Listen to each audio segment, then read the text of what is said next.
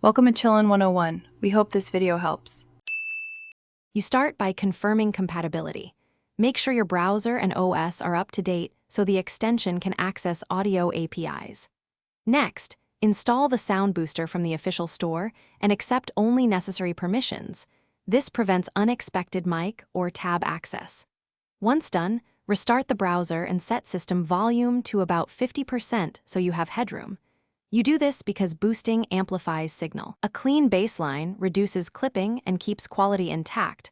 While preparing for the next configuration, you now choose which audio source to boost, an active tab, system audio, or a specific app, because targeted boosting preserves other sounds. Increase gain incrementally, in small 1 to 5 dB steps, listening for distortion. This gradual approach prevents clipping and preserves dynamics. Then pick the correct output device and enable any device-specific enhancements if they improve clarity.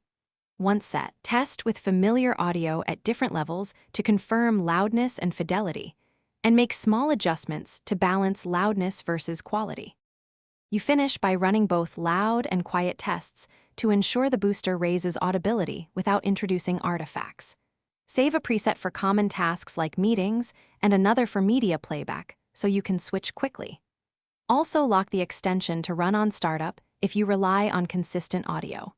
If you hear distortion or dropouts, reduce gain immediately and enable the extension's limiter or compressor. This troubleshooting step prevents clipping and protects speakers while restoring clear, controlled audio. Thanks for watching. Consider subscribing if we helped you.